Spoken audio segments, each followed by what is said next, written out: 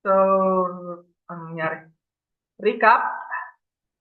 So, i-remind ko lang po tayo sa structure ng Romans. So, nagsimula po tayo sa Romans 1, kung saan sinabi ni Pablo na ang gospel ay ang kapangyarihan ng Diyos para sa kaligtasan. The gospel is the power of God unto salvation. Tapos, ang sunod na ginawa ni Pablo ay hinayag niya yung kaso ng mga ng lahat ng tao na dinidiin yung katotohanan kung sino ang Diyos at ano ang kanyang katangian sa pamamagitan ng kanilang kasalanan. So, pagkatapos doon, uh, hinayaan niya sila na maging pinagpalit yung kanilang mga maging uh, sakim sa lust at hinayaan din sila na ma-pervert hanggang sa umabot sa baseless or futile mind. So ganun po yung nangyari na kaso at inargue ni Paul na itong mga taong to is condemned sila dahil hindi nila alam, hindi nila kilala ang Diyos. So sa banda pong ganun, ang mga Hudyo ay iniisip nila ng sila ay nakatataas. Pero kinonvict din ni Paul ang mga Hudyo na nasa kanila nga ang batas, pero ang batas na nasa kanila ay walang nagawa sa kanila kundi pakilala sa kanila ang kasalanan. Kasi hindi nila kayang sundin, hindi nila kayang ipamuhay ang katuwiran na hinihingi ng Diyos. So, last week, nagsimula po tayo sa magandang parte na diniscuss po ni Bro Vincent yung tinatawag, yung mahalagang konsepto na maunawaan natin in connection with the gospel. So sa Romans 3:21 to 26, so ito po yung napag-aralan nyo last week, hindi ako naka-attend na call-in ako. So basahin ko ulit, Romans 3:21 to 26. But now the righteousness of God has been manifested apart from the law, although the law and the prophets bear witness to it. So yung katuwiran ng Diyos ay ipinakita hiwalay sa batas.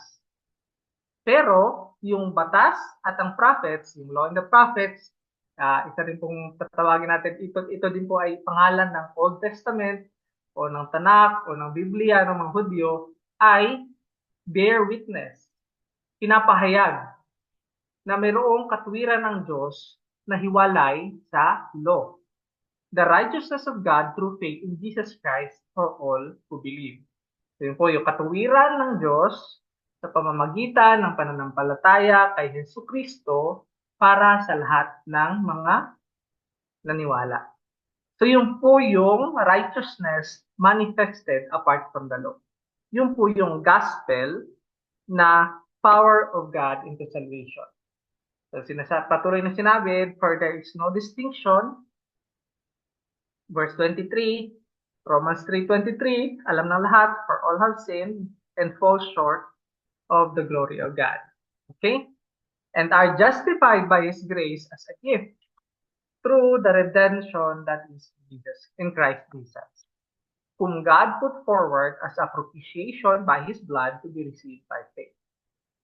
So lahat daw po ay nagkasala at hindi umabot sa kaluwalhatian ng Diyos. And are justified. Justified by His grace as a gift. So, diniklarang matuwid ang isang naniwala kay Jesus sa pamamagitan ng grasya bilang isang regalo through the redemption that is in Jesus Christ. At ang ehensya ng ano na to is yung ginawa ni Jesus Christ. Redemption that is in Christ Jesus, whom God put forward as a propitiation by His blood to be received by faith.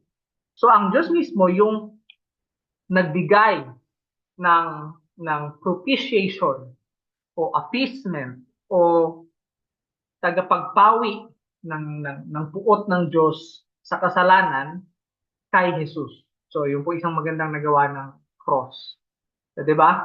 So, to be received by faith, na hindi na natin kailangan gawin kung ano pa man, kundi tanggapin sa pamamagitan ng pananampalataya. O ilagak natin ang ating tiwala para sa ating buhay, para sa ating kinabukasan, para sa ating buhay na walang hanggan, ilalagak natin yung tiwala natin sa pinangako ni Jesus dahil sa ginawa niya sa cross. So this was to show God's righteousness because in His divine forbearance, He had passed over former sins.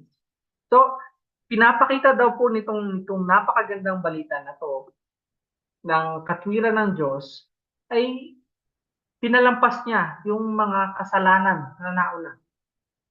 Because in His divine forbearance, sasabihin natin paano ba yung Tagalog, divine, banal na pagtitimpi, He had passed over former sins. Hindi niya pinatawan muna ng parusa yung mga naunang kasalanan. So it was to show His righteousness at the present time. So ito daw po ay pinapakita yung katuwiran ng Diyos sa panahong sa ngayong panahon so that He might be just and the justifier. So siya yung makatarungan at siya yung nagpapawalang sala of the one who has faith in Jesus. So ang Diyos po ay makatuwiran, siya ay just, pero siya din po yung nagpapawalang sala sa isang naglaga ng pananampalataya kay Jesus. So, di ba pagka may ibang mga nagkikriticize sa Christianity na joke, makasalanan ka tapos pinatawad ka. Parang gano'n na lang, di ba? Kasi ang parang ang dali. Di ba? So, pero papaano mong masasabi na yung Diyos ay just and the justifier of the one who has faith in Jesus Christ. So kaya nung last Saturday, pinagukulan niyo ng panahon yung justification. 'Di ba? Yung act of God whereby He declares the believing sinner righteous. So ito yung aksyon ng Diyos kung saan dinideklara niya ang isang nananampalatayang makasalanan as makatuwiran kay Kristo on the basis na ang basihan ay ang natapos na trabaho ni Kristo sa cross. So yun po, kaya mahalaga sa atin yung gospel. Mahalaga sa atin yung ginawa ni Jesus sa cross.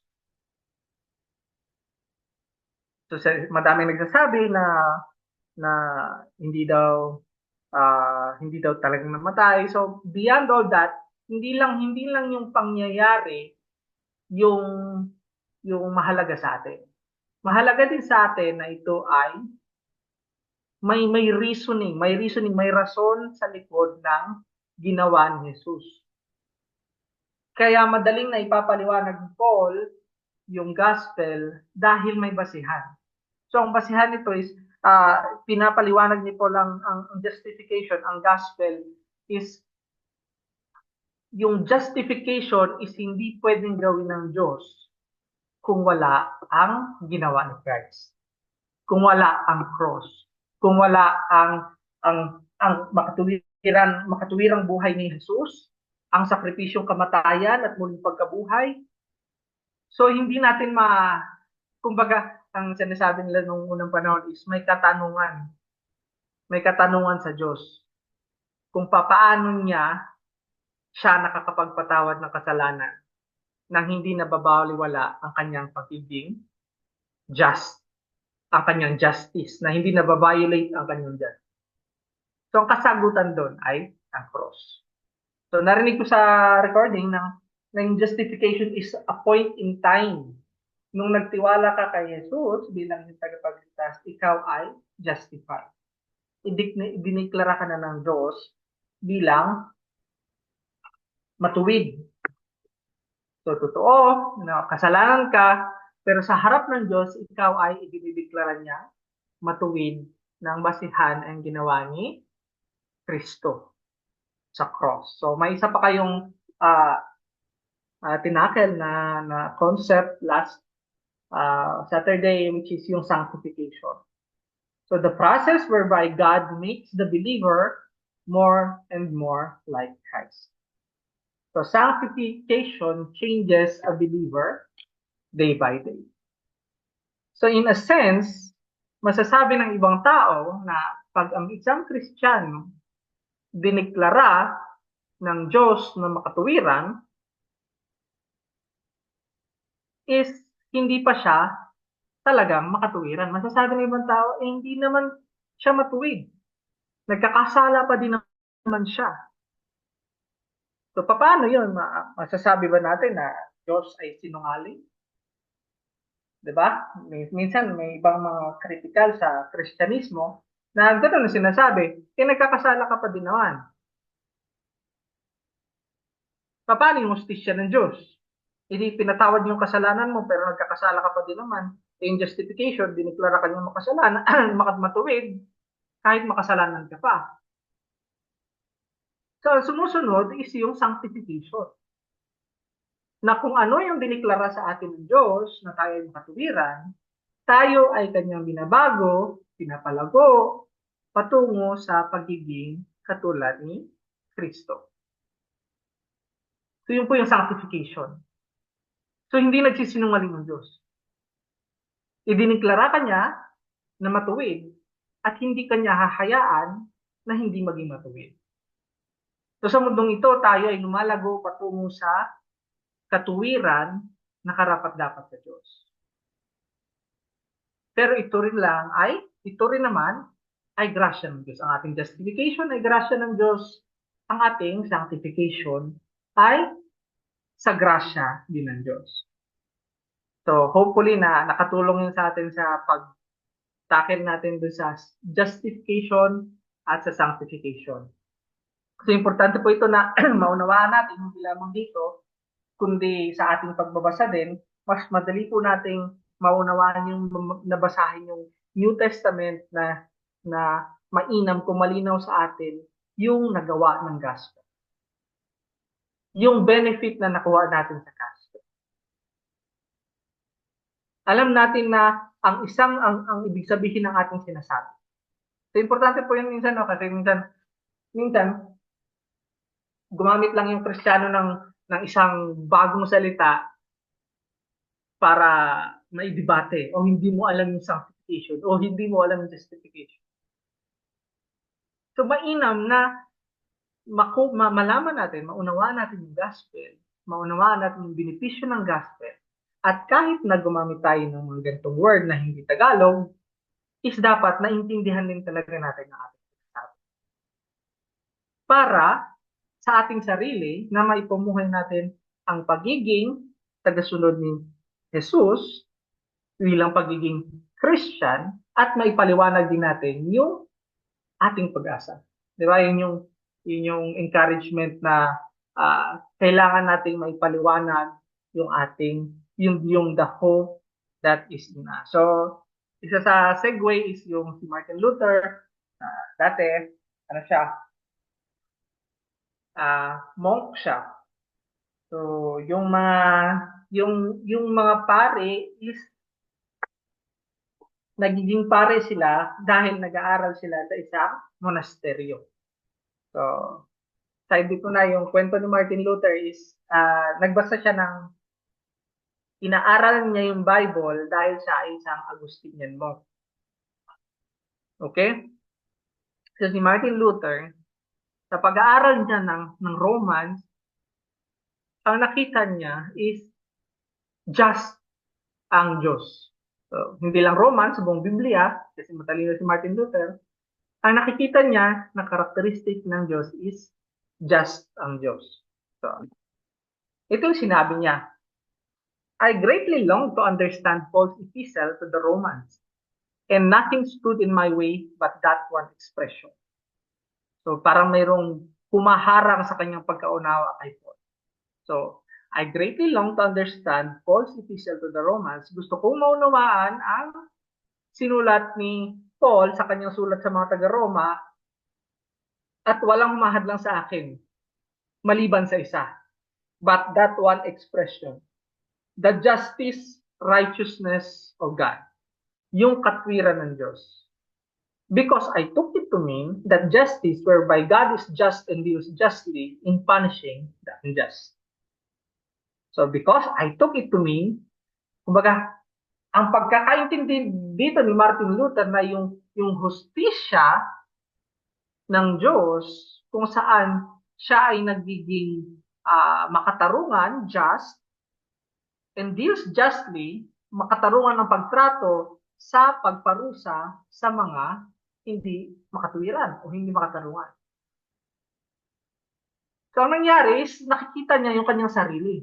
So, my situation, ang sabi ni Martin Luther, my situation was that ang sitwasyon ko, although an impeccable, so kung ikukumpara lang ni Martin Luther yung sarili niya sa kanyang mga kasamahan, siya ay impeccable. Siya ay makisig na isang Tagalog ng monghe, monk. So kung ikukumpara niya yung sarili niya sa ibang mga monk, ay okay siya. Makisig siya. Siya ang angat. I stood before God as a sinner, troubled in conscience. So kung ikukumpara niya ang sarili niya sa ibang mga monk, makisig siya, pero sa harap ng Diyos, siya ay isang makasalanan na nakukonsensya. And I had no confidence. Wala siyang tiwala. Wala siyang confidence. I had no confidence that my merit would assuage him. Yung katuwiran ni Martin Luther, wala siyang tiwala sa katuwiran niya na iharap sa Diyos at patawarin siya sa kanyang mga kasalanan. Siguro, ganun yung maganda pagkatagalog. Therefore, I did not love a just and angry God. So, sinabi ni Martin Luther, therefore, I did not love a just and angry God. Sa pagbabasa ni Martin Luther sa Bible at nakita niya yung katwiran ng Diyos, nagalit siya sa Diyos. But rather hated and murmured against. Yet I clung, ngunit kumapit ako kay Paul at gusto kong maunawaan kung ano yung gusto niya. So, before pa na may conflict si Martin Luther nung siya ay, before pa siya naging reformer or naging reformed or naging regenerate. Yun yung pagkakaintindi niya kay Paul. Ang nakikita na yung justice ng Diyos. So, ito yung susunod na sinulat ni Paul afterwards na naunawaan niya. That night and day I pondered until I saw the connection between the justice of God and the statement that the just shall live by his faith. So ilang gabi daw na napuyat si Martin Luther na kinakain yung konsensya at galit siya sa katwiran ng Diyos. Pero nung naintindihan niya yung isang bagay na the just shall live by faith. The just shall live by faith. So napag-aralan niyo yung last week na yung justification ay ibinigay sa mga naniwala. Okay? At ang basihan nun ay yung ginawa ni Jesus sa cross. So nung naunawaan ni Martin Luther, then I grasped that the justice of God is that righteousness by which through grace and sheer mercy, God justifies us through faith. So sa kanaunawaan ni Martin Luther na yung katwiran ng Diyos ay yung katwiran na kung saan dahil sa grasya at sa awa ng Diyos, dinideklara niya na matuwid ang isang tao sa pamamagitan ng pananampalataya. Therefore, I felt myself reborn. Nung naunawaan ito ni Martin Luther, ang feeling niya is pinanganak siyang muli. And to have gone through open doors in paradise. So the whole scripture took on a new meaning And whereas before the justice of God had filled me with hate, so bumukas yung buong scripture sa kanya. Naunawaan niya yung buong Bible in light ng pagkaunawa niya sa gospel.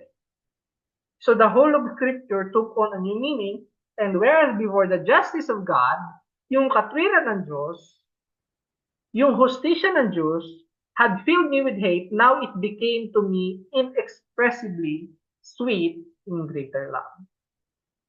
So yung katwiran ng Diyos o yung hustisya ng Diyos is ngayon para kay Martin Luther ay kasing tamis ng malaking pag-ibig ng Diyos. So this passage of Paul became to me a gate of the heaven. So yun po yung sinabi ni Martin Luther. So, before tayo pumasok sa Romans 4:1-12, ano yung nagdi-distinguish sa ating mga Pilipino? Pwede po may sumagot kung ano yung paano niyo nalalaman na Pilipino ang isang Pilipino?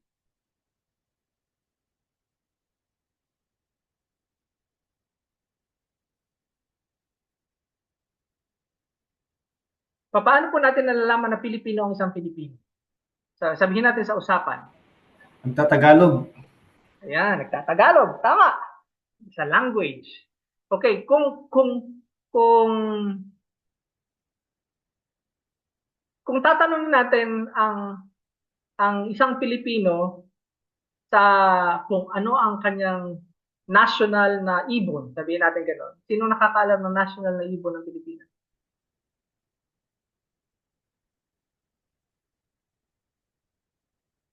Naku, wala na nakakaalam ng national bird ng Pilipinas? Sino po? Maya. Maya ba eagle? Eagle.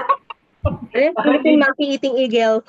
Monkey-eating eagle. So, kaya kailangan magpapogi ng bawat Pinoy kundi kakainin ng eagle. So, meron pong tinatawag na heritage. So, meron pong tinatawag na heritage. May tinitingala ang bawat society. May pagkakakilanlan ang bawat society. So, yun po yung isa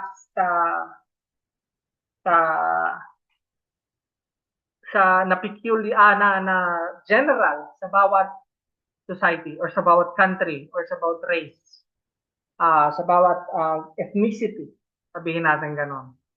So, kaya makikita po natin, so, nung last week, nilatag ni Bro Vincent yung pagkakahayag ni Paul ng justification by faith. So, kaya ngayon, yung example is, ang sinabi dito, what then shall we say was gained by Abraham, our forefather, according to the flesh? Ano daw yung nag-gain ni Abraham? Yung ating ninuno according to the flesh. So, karamihan ng Jews ay kilala si Abraham. Actually, hindi lang mga Hudyo ang nagkiklaim ng heritage galing kay Abraham. So, sa Yas Island, basta malapit sa Yas Island, mayroong tinatawag na Abrahamic Temple or yung place na bago nung nagkaroon ng Abrahamic Covenant, yung place na tinayo sa Abu Dhabi na merong church, mayroong synagogue, at merong mosque. So dahil lahat ng ito ay nagkiklaim na sila ay galing kay Abraham.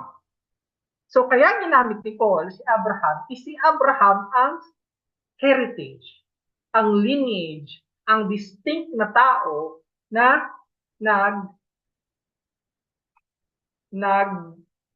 tinitingala ng mga Hudyo.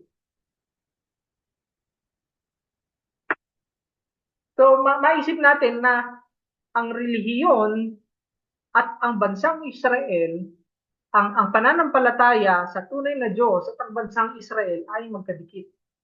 So, what then shall we say was gained by Abraham, our forefather, according to the flesh?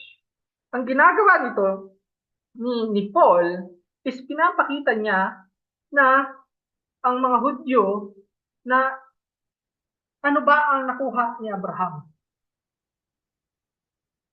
Yung tatay natin according sa flesh, according sa lahi.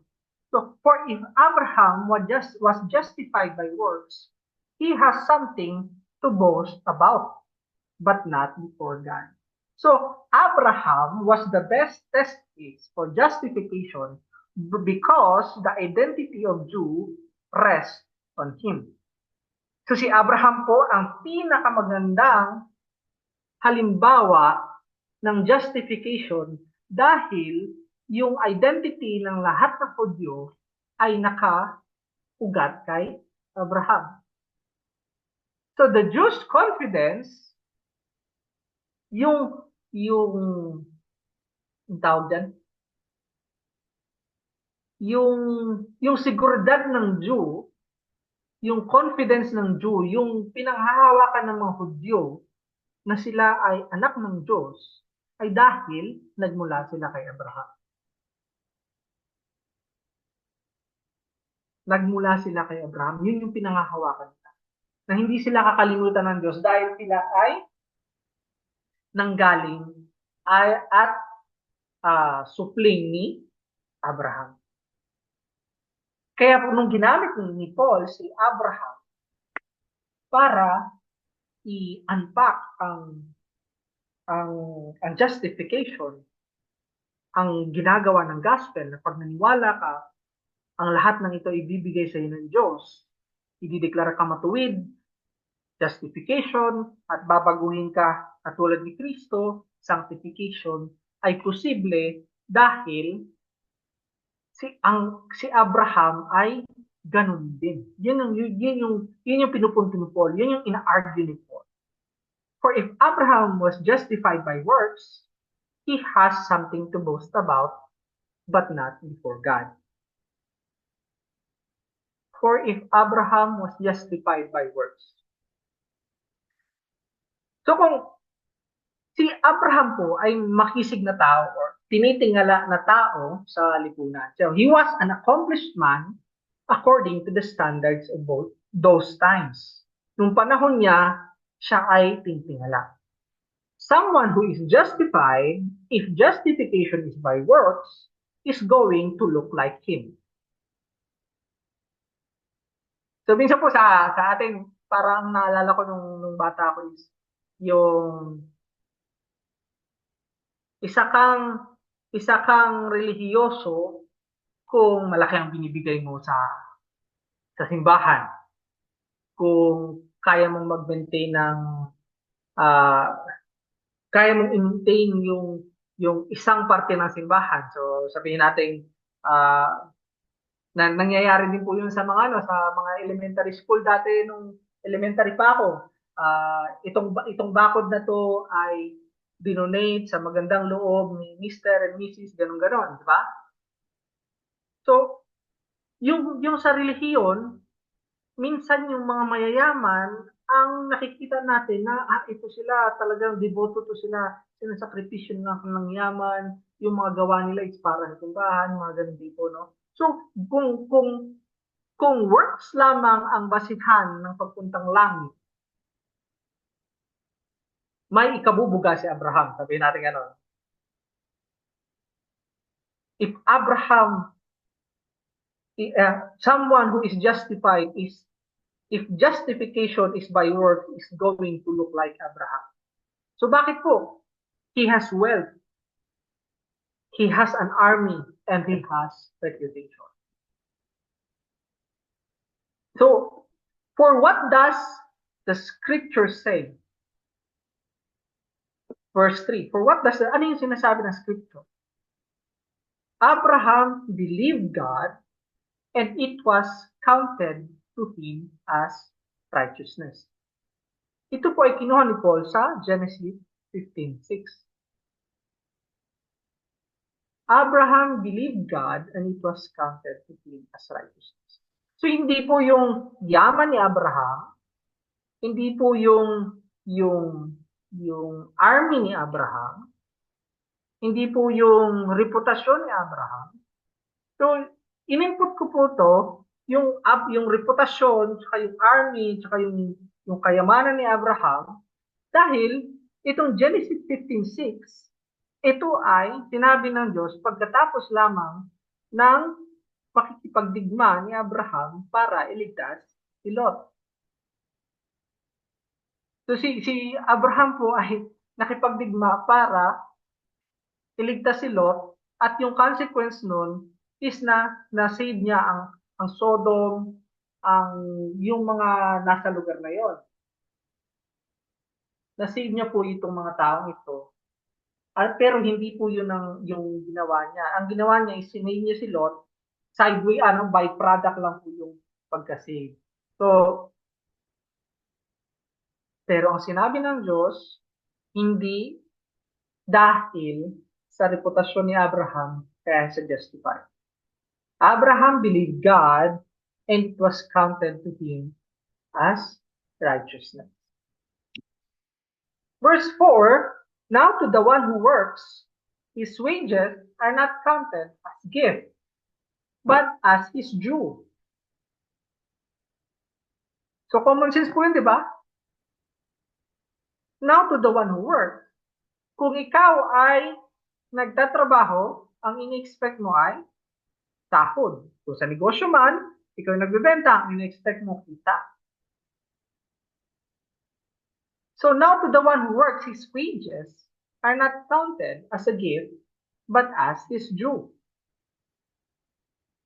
Due, entitlement, pinangako, karapatan. So nandun po yun, di ba? Pag tayo nagtrabaho, tayo ay sasahura. So pag tayo ay may ginawa, tayo ay dapat sumweldo. Pag ikaw nagtanim, ikaw nag-expect ng ani. His wages are not counted as gift, but as his due.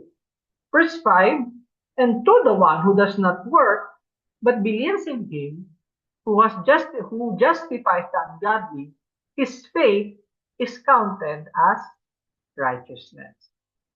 So maalala po natin yung passage na the wages of sin is death. So pag tinrabaho mo ang kasalanan, ang iyong sweldo ay kamatayan.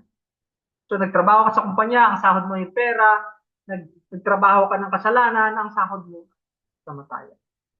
Yun yung tinanggap mo kapalit ng iyong ginawa. So if justification is by man's work, it is not justification. Kung yung justification po is sa pamamagitan ng ating mga good works, it is not justification. Yun po ang sinasabi nito. Now to the one who works, his wages is not counted as a gift, but as his due. It is his due. It is his wage. It is the fruits of his work. Verse 5, and to the one who does not work but believes in him who justifies the ungodly, his faith is counted as righteousness. So faith in the one who is able and willing to justify by faith will be the only way to be justified. So hindi po natin kayang ideklara ang ating sarili bilang matuwid gamit ang ating mga mabubuting gawa. Dahil yung mabubuting gawa po natin ay hindi nakakabura ng ating kasalanan. So yun po yung katotohanan. Hindi po parang traffic na sasabihin natin sa importer, pag hinuli tayo, pinahin tayo sa beating the red light. Sa lahat po naman ng driving ko, lahat naman po yun, nagpass ako na green yung light. Isang beses lang ako nag-red light. Hindi, bayad ka pa din ng fine. Dahil yung wages ng yung penalty ng iyong pag-violate sa law is fine.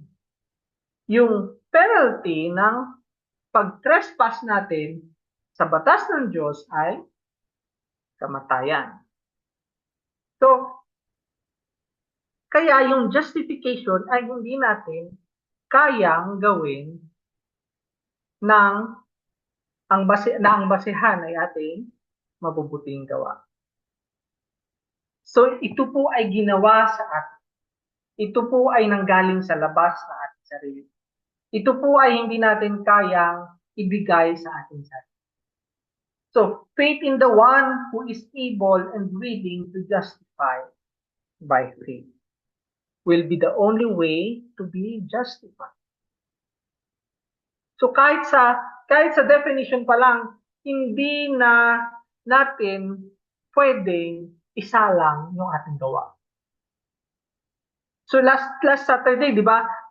Madami kasi yung mga Jew kasi nagbo-boast sa kanilang righteousness. Nagbo-boast sila sa mga nagra-rack up sila ng points para ipamukha sa Diyos na kami karapat dapat sa langit dahil sa aming mabubuting gawa. Pero hindi. Kailangan nating maniwala sa Diyos na nagpapawalang sala o nagdedeklarang makatuwiran ang isang hindi makatuwiran.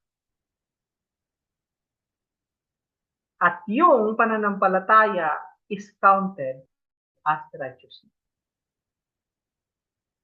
Pananampalataya patungo sa ginawa ni Jesus sa krus. So just as David also speaks of the blessing of the one to whom God counts righteousness apart from works. So sa Old Testament pa lang, nandito na itong concept na to. Si David, ito yung sinabi niya, blessed are those whose lawless deeds are forgiven.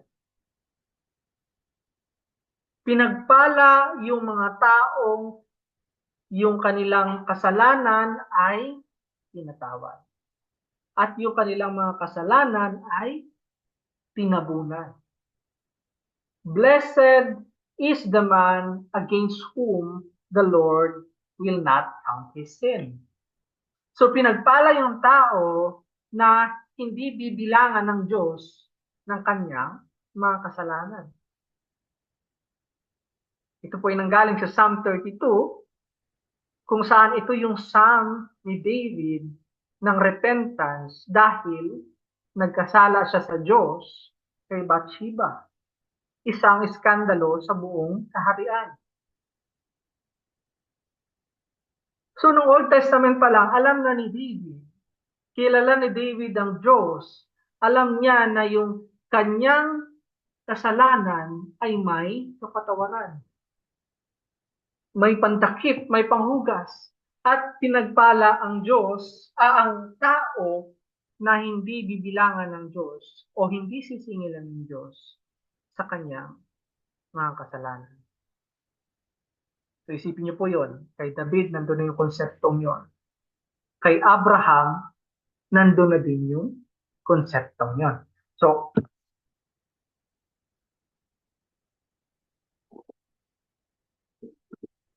is this blessing then only for circumcised or also for the uncircumcised? So ang sinasabi ni Paul is, ito bang blessing na ito is para lang sa mga circumcised or also for the uncircumcised? So nung nagsisimula si Paul na kanyang ministry, hindi kilala, walang pakialam yung mga Gentile kay Abraham. Kilala malamang nila, popular si Abraham, pero hindi para sa kanila si Abraham dahil iba o distinct ang relihiyon ng mga Hudyo. Distinct ang mga relihiyon ng Hudyo at hindi sila kasama dito. So, is this blessing only for circumcised? Is it only for the Jews? Is the gospel only for the Jews? Is sanctification only for the Jews? Ito ba mga biyaya ng gospel ay para lang sa mga Hudyo? Or also for the uncircumcised? O para din ba ito sa mga hindi Hudyo o hindi mga tinuli? So ang pagtutuli po ay practice hindi lamang ng mga Hudyo. Pero ito yung covenant ng Diyos para sa mga Hudyo. Na kung hindi ka tuli, hindi ka kabilang sa lipi o sa bansa ng Israel. So, Ito ba ay para sa mga Hudyo? Ito rin ba ay para sa mga Hintil? So, for we say that faith was counted to Abraham as righteousness. So, ang sinasabi po ni Paul is, yung pananampalataya ay binilang para kay Abraham bilang katwiran. So, yung pananampalataya ni Abraham ay naging katwiran niya. Nilagak sa kanya ng Panginoon na dahil naniwala ka, ikaw ay makatwiran. So, verse 10, how then was it counted to him? Paano nangyari yun? Was it before or after he had been circumcised? So, kailan po ba nangyari yun? Nung una, before siya circumcised? Or after siya circumcised? So, it was not after, but before he was circumcised. So, ang sinasabi ni Paul ngayon is yung pagka-declare kay Abraham na righteous dahil sa kanyang pananampalataya ay nangyari bago siya pinuli. So, totoo nga ba? So, sa Genesis, naka-record po itong mga sinasabi ni Paul.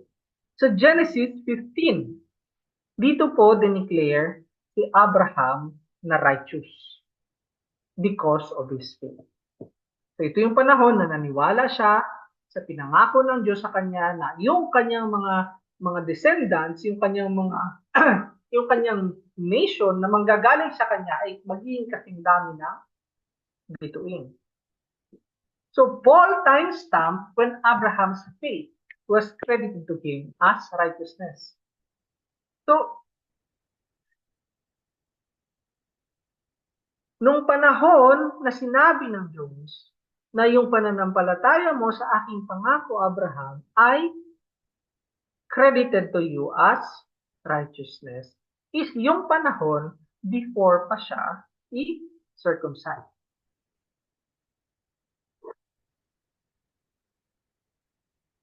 So sa Genesis 15, nangyari po ang Genesis 15 is pinangakuan ng Diyos si Abraham na yung kanyang mga subting ay magiging kasindami nito. At bilang pagpapatunay ng pangako ng Diyos, hiningi ng Diyos na magsakripisyo si Abraham ng baka, heifer, baka, tsaka mga hinati sa dalawa, nilagay sa tabi, at yung may covenant is lalakaran yung gitna. So, ganun po yung nangyari sa Genesis 15. So, yun po yung way nung panahon na yun para i-seal ang covenant, yung agreement.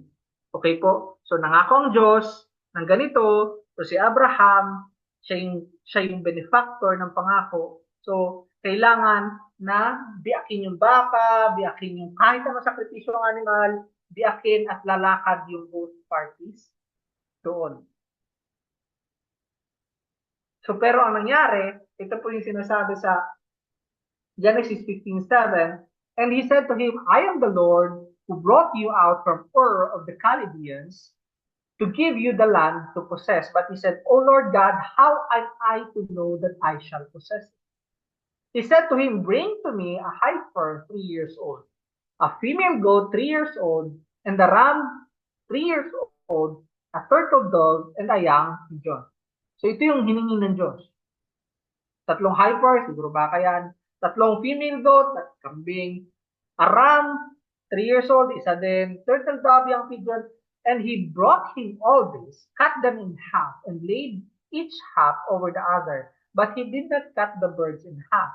When birds of prey came down on the carcasses, Abram drove them away. So, pag-selyo sa kontrata, yun po yung ginawa. Hinati itong mga hayop na to at lalakad doon yung mga magsiselyo ng covenant yun. As the sun was going down, a deep sleep fell on Abram, and behold, dreadful and great darkness fell upon him. Then the Lord said to Abraham, know for certain that your offspring will be sojourners in the land that is not theirs, and will be servants there, and they will be afflicted 400 years. But I will bring judgment on the nation that they serve, and afterward they shall come out with great possession. As for you, you shall go to your fathers in peace. You shall be buried in good old age, and they shall come back here in the fourth generation. For the iniquity of the Amorites is not yet complete. When the sun had gone down and it was dark, behold, a smoking pot Firepot and the flaming torch passed between these pieces. On that day the Lord made covenant with Abraham, saying, to your offspring I give this land, from the river of Egypt to the great river, to the river Euphrates, the land of the Kenites, the Kenizzites, the Kadmonites, the Hittites, the Perizzites, the Rephaim, the Amorites, the Canaanites, the Girgashites, and the Jebusites. So sino po yung lumakad at nag-seal ng covenant nung panahon na yon? Nung panahon na dineclare si Abraham as righteous. Ang Diyos lang po. Hindi si Abraham ang nagselyo ng pangako. Yung pag-count ng faith ni Abraham as righteousness ay nung mga panahong iyon at sinelyuhan ito, among other things, yung mga kasama pa ng covenant na to, kasama yung pagde-declare kay Abraham na righteous, ay sinelyuhan ng Diyos lamang mismo. So, ang punto ko lang doon is, before pa ito tuliin si Abraham. So, dineclare si Abraham as righteous because of his faith dahil sa kanyang pananampalataya bago pa siya tinuli. So verse 11, he received the sign of circumcision as a seal of the righteousness that he had by faith while he was still uncircumcised. So yung circumcision ay yung ginagawa ng tao para ipakita na siya ay kabilang sa tao ng Diyos. Sa kaso ni Abraham, ito din po yung circumcision is yung outside na manifestation kung ano yung tunay sa loob. That he had by faith, the righteousness that he had by faith while he was still uncircumcised. So, hindi lang po ito nagkataon. Dahil sa susunod na sentence, the purpose, may plano ang Diyos kung bakit ganito yung order, yung sequence na nangyari kay Abraham. So the purpose of God, the purpose was to make him the father of all who believe without being circumcised. So nakita niyo, may purpose. Ang purpose ay para gawing si Abraham na father ng lahat ng naniwala kahit hindi pinuli, kahit hindi napabilang sa mga Hudyo, kahit hindi bilang isang taga-Israel. So that righteousness would be counted to them as well. So hindi pa ba nakakatuwa yun na yung gospel ay hindi lamang siya para sa Hudyo. Hindi lang siya gospel ng mga Diyos. Na bago pa man itayo ang bansang Israel, ipinangako pa lang ang bansang Israel na hindi pa siya nag-exist. Pinangako pa lang dito kay Abraham na yung kanyang mga supling ay magiging kasing dami ng bituin. Naka-factor in na yun sa plano ng Diyos. Na yung heritage ni Abraham is hindi lang bilang ninuno ko si Abraham, kundi dahil yung paniniwala ko ay katulad ng paniniwala ni Abraham. So yung justification nangyari kay Abraham, yung justification alam ni David, at ngayon tinuturo ni Paul na lahat ng ito ay inlano ng Diyos. Yung gospel, yung makatuwirang buhay ni Jesus, yung kanyang sakripisyong pagkamatay sa cross, yung kanyang pagkalibing ng 3 araw, muling pagkabuhay, pag-akyat sa langit, at yung kanyang mga pangako na ipag ikaw naniwala sa kanya, ikaw may kapatawaran. At yung pananampalataya na inilagak natin kay Jesus ay bibilangin ng Diyos Ama bilang katwiran natin. Hindi lang tayo, maging si David, maging si Abraham. So kung yung mga nagsasabi ngayon na paano ka maniniwala sa Diyos na yan, bigla pa walang ibang gagawin, maniniwala lang, patawarin na. So importante na alam natin kung ano sinasabi ng Biblia.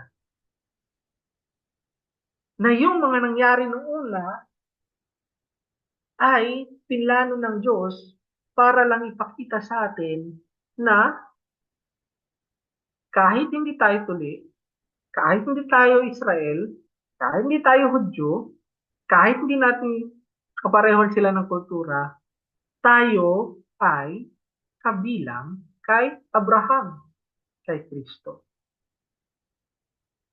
So the purpose was to make him the father of all who believe without being circumcised, so that righteousness would be counted to them as well. So ikakount yung righteousness sa mga Hudyo, ikakount din yung righteousness sa hindi Hudyo. And to make him the father of the circumcised.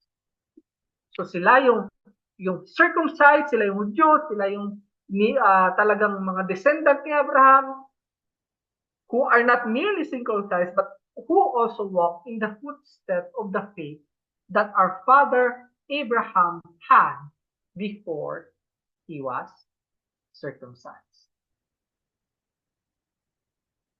So hindi lamang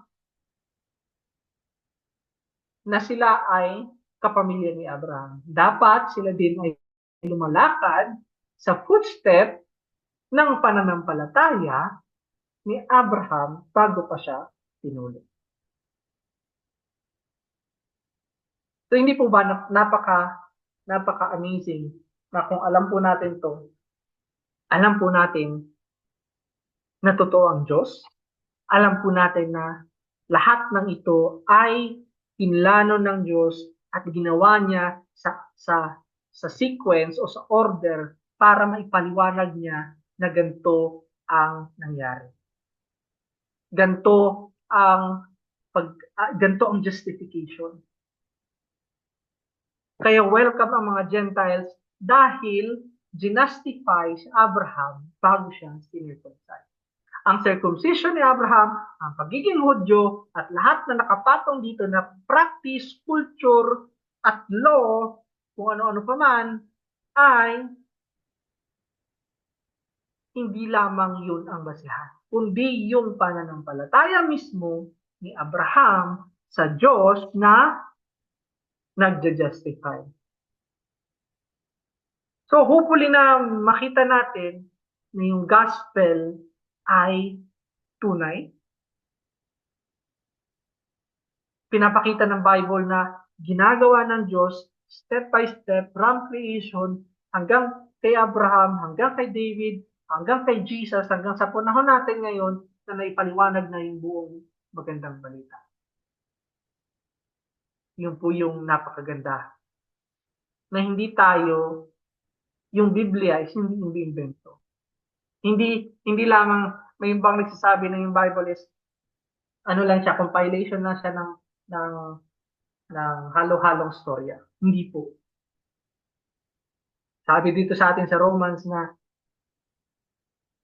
yung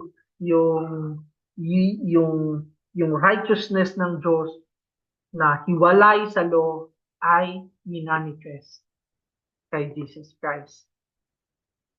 At yung Old Testament, yung law and the prophets bear witness to it. Nagtuturo ang Old Testament na darating ni Jesus. At dumating si Jesus, nabuhay na matuwid, nagsakripisyo at namatay sa krus, nabuhay na maguli at umakyat sa langit. At yun po yung magandang balita na itinuturo ni Paul. Kaya po totoo ang justification, totoo ang sanctification, totoo ang ating paniniwalaan na tayo ay may kapatawaran ng kasalanan, na ang ating kasalanan ay binigay kay Jesus at tinanggap niya ang kaparusahan sa cross at ang kanyang katwiran ay ibinigay sa atin, maging sa mga nauna sa atin, dahil tayo ay may pananampalataya sa Diyos na nagda-justify at nagsasanctify. At balang araw, mag-glorify sa pagbabalik niya. So sana po naunawaan natin ng mas mainam ang gospel at God bless po sa lahat.